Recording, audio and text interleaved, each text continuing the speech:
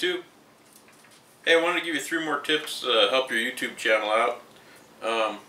Start right into it. First one is don't chase YouTube fads. YouTube always comes up with new algorithms. Like one month it'll be the number of views you get in a video. That'll maybe cause your income to go up. And then they'll turn around the next month, they'll say, no, it's how long the video is. And then they'll say, no, it's how long the viewer watches it. And they're always changing their algorithms. And it feels like they're doing it about every 3 to 6 months. My recommendation is don't chase that stuff.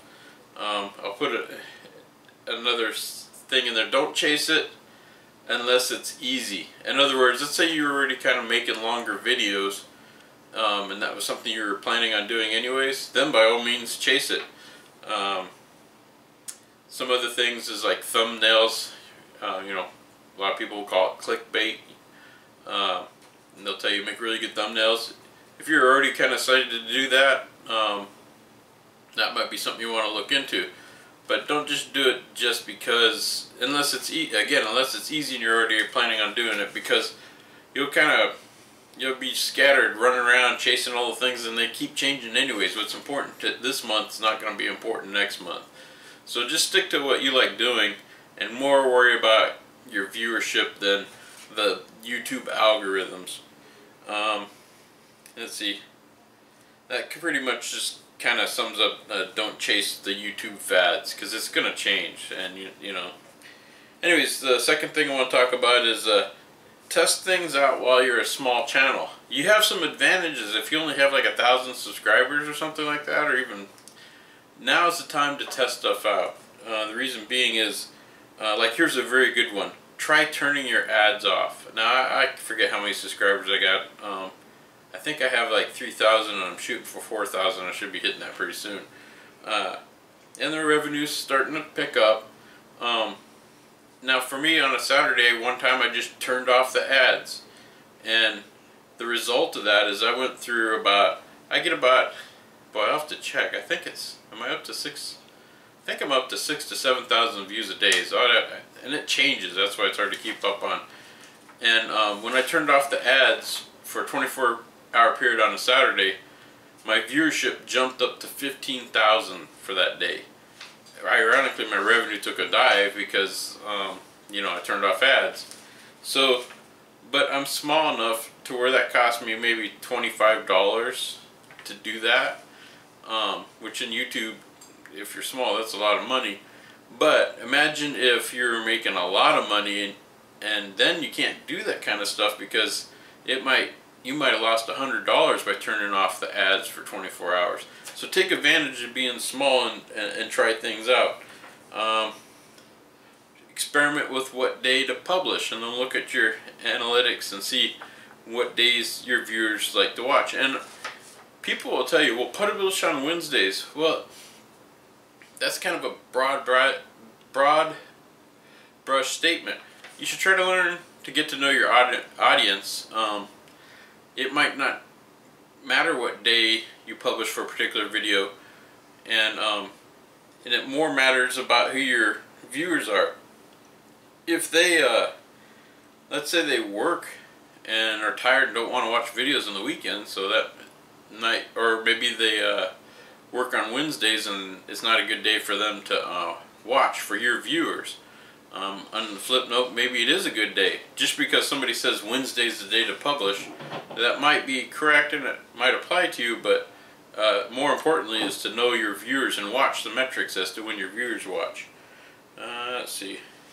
But you can play with that when you're small. You know, try publishing on different days and see. You're not afraid to try that out.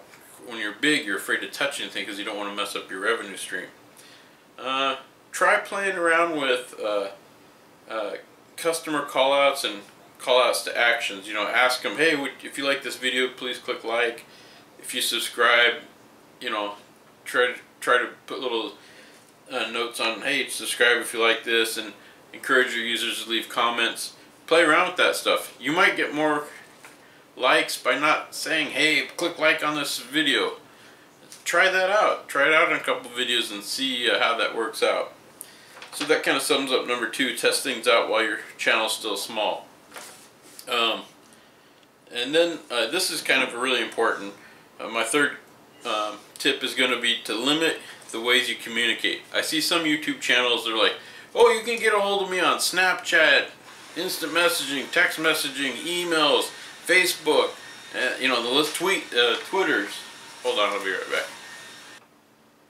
Okay, I'm going to talk about the third thing.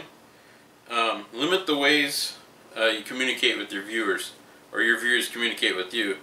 What I mean by that is so many YouTube channels, they'll be out there and they'll be trying to get on every platform. They'll be, you know, Instagram, Snapchat, Twitter, Facebook, YouTube, email, you get it.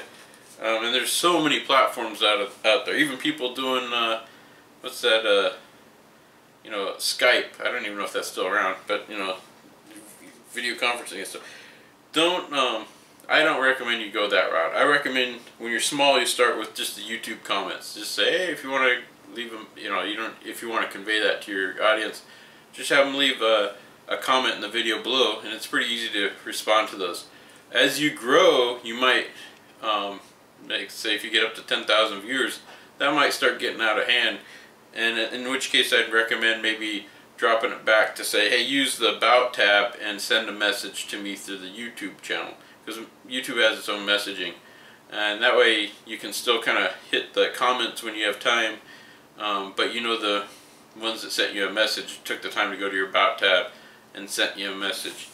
And then if it grows on top of that and it gets out of hand, then I'd go to email. Recommend using like a Gmail type account, the one that you have a lot of control over, and that's what I'd do. So I'd start out with just comments, maybe move it to messaging within YouTube, and then email for the high level stuff. But I really don't recommend you go out and allow every platform to get a hold of you. Some people are going to say, well, you're limiting their choice. Well, you are limiting their choice, but you want to make things easy for you, and you'll provide better feedback if you're not having to check 100 different platforms to find your messages. Anyway, so I hope these tips help you out, and thank you for watching.